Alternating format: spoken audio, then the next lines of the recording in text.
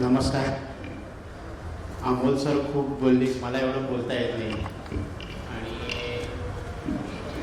काय आता मी सांगू, माझ्या आधी ज्या लोकांनी आपलं प्रेझेंटेशन दिलं त्यांच्यासमोर माझं काहीच नाही आहे. कारण माझा चालू होऊन जेमतेम आता 6-7 महिने झालेले आहेत.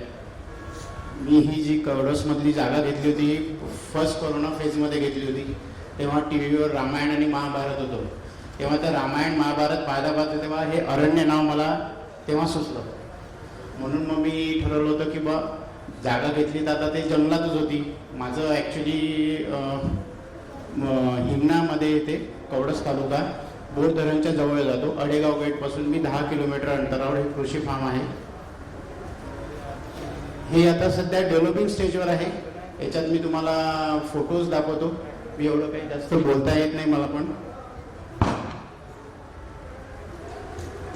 हे मला मे महिन्यात गव्हर्मेंट टुरिझम डिपार्टमेंटकडनं जे परमिशन लागतं ती भेटली होती. त्याच्यानंतरच मी सुरू केलं होतं. तर याच्यात हे सर्टिफिकेट घ्यायला मला महाजन सरांनी खूप मदत केली. कारण मला याच्यातलं काही विशेष माहीत नव्हतं. माझ्यासाठी ही फील्ड वेगळी होती. एक दिवसाची जी सहल असतं हे सर्व मी पाहून सरांच्या साईटवर जाऊन आपल्या सूर्यवंशी सरांची माहिती घेऊन यांच्या सर्वांकडनं घेऊन मी हे सुरू केलेलं आहे. आता याच्यात जर बऱ्याचशा ठिकाणी काही चुकाही असतील माझ्या त्यांनी तर तुम्ही त्या ॲक्सेप्ट करून घ्या.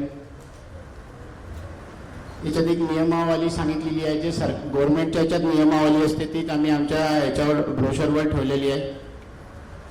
एक नॉर्मल वेळापत्रक आहे. जसं आता अमोल सरांनी सांगितलं 10 ते 4-5 वाजेपर्यंत आपल्याला त्यांना एंटरटेन करायचं आहे.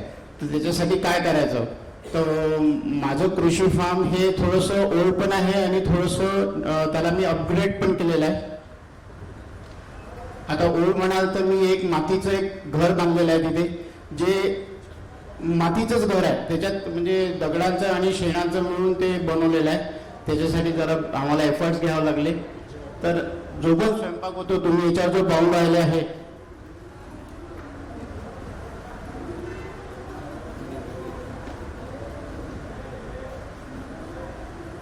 हे जे तुम्हाला 3 नंबरच्या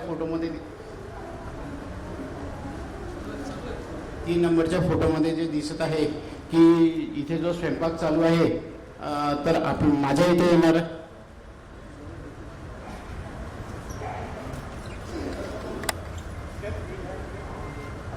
येणारा प्रत्येक गेस्ट पहिले या स्वयंपाकघरात जातो आणि तो स्वतःच्या हाताने पहिले काही करतो.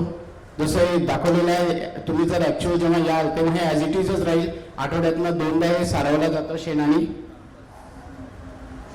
याच्यावर स्वयंपाक पण आम्ही जो पूर्ण स्वयंपाक देतो, इव्हन चहापासून तुम्हाला स्वीटपर्यंत सर्व या चुलीवरच मिळतं. इथे गॅसचा उपयोग कुठे होत नाही. स्वयंपाकघराच्या बाजूला जसं अमोल सर म्हणाले होते की आपण लाईव्ह किचन देऊ शकतो, तर आम्ही स्वयंपाकघराच्या बाजूलाच तुम्ही पाहू शकता की आम्ही याच्याच बाजूला स्टॉल लावतो जेवणाचं. म्हणजे तिथून भाकरी घेतली आणि इथे आली तर ती 4 सेकंदात आपल्या स्टेजवर आपल्या थाळीमध्ये येते. त्यामुळे अजूनपर्यंत अशी कंप्लेंट आली नाही. आणि हा जो अनुभव मी सांगतोय हे मी या सर्व जे माझ्या आधी जे बोलून गेले वक्ते त्यांचे अनुभव घेऊनच मी केलं. त्याच्यामुळे अजूनपर्यंत काही अशी कंप्लेंट आलेली नाही. आता मागच्या आठवड्यातून आम्ही एक रोडगा पार्टी केली होती, शेणाच्या गोवड्यांमध्ये केली होती ती. जसं तुम्ही पाहताय की लोक आल्यावर पहिले आपले कपडे बिपडे बदलतात आणि स्वतः कामाला फिरतात. इथे जे फोटो पाहिलेले आहे तुम्ही, हे लोकांनी स्वतःच्या स्वयंपाक करतात. आपण जसं माझ्या शेतात, जसं आता मला शेतीचा खूप अनुभव नाही, पण जे भाजीपाला लावलेला आहे तो सर्व तिथे रासायनिक खत आम्ही काही यूज करत नाही. आपलं ऑर्गॅनिक जे फूड असतं तेच आहे. तर लोक ते त्यांना एक मेनू आमच्या याच्यात असा असतो की तुम्हाला जी भाजी आवडती ती तोडा आणि तुम्ही तुमच्या हाताने बनवा. तर मग लोक तुम्ही जसं याच्यात पाहिलेलं आहे की काही बायका जसं भाकरी किंवा यासाठी जातात, काही माणसं असतात की ते स्वतःच्या हाताने भाजी, मी जरा तर भाजी करतो म्हणून ते त्या प्रकारे करतात.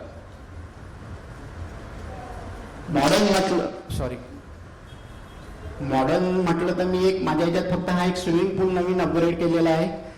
ज्याच्यात हा स्विमिंग पूलची हाईट 4 फूट आहे आणि याच्यात 2 फुटाचा लहान मुलांसाठी एक वेगळा स्विमिंग पूल केलेला आहे, ज्याच्यात जे लहान मुलं असतात ते 2 फुटापर्यंत त्या ह्याच्यात करू शकतात आणि बाकीच्या पूलची हाईट 4 फूट आहे, त्याच्यापेक्षा तो जास्त डेप नाही.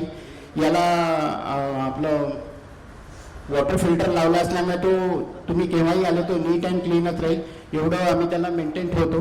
त्याच्यातले नाईट व्ह्यूज काही फोटो याच्यावर मी शेअर केलेले आहेत, काही दिवसाच्या याच्यात आहे.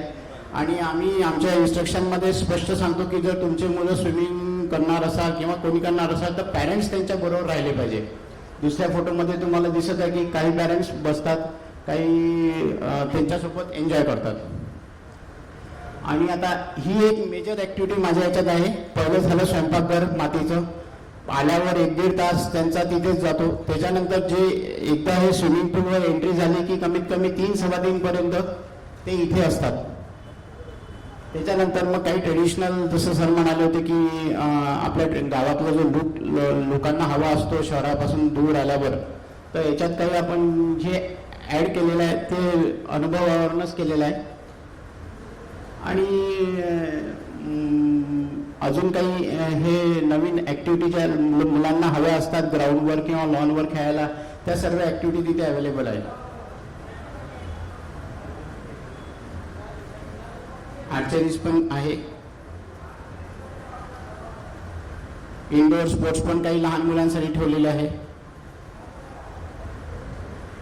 इथे मी एक तणसाची झोपडी बांधलेली आहे. बांबू, बल्ल्या आणि तणसाचं गवत येतं ते घेऊन एक तणसाची झोपडी बांधलेली आहे, ज्याच्यात तुम्ही या सीझनला आलं तर तुम्हाला किंवा उन्हाळ्यात इवन मे महिन्यात भर दुपारी पण जर तुम्ही इथे बसलं तर तुम्हाला एकदम छान आणि थंड वारा लागेल. पार्किंग आहे, फर्स्ट एड बॉक्स जे इसेन्शियल असतात ते सर्व सुविधा ठेवलेल्या आहेत. फ्लॉवर बेड बनवले आहे वेगवेगळे, ज्याच्यात कर्दळीपासून झेंडू, गुलाब. आणि हे लोकांचे काही ग्रुप फोटो आहे. हा एक ड्रोन शॉट घेतलेला आहे मी.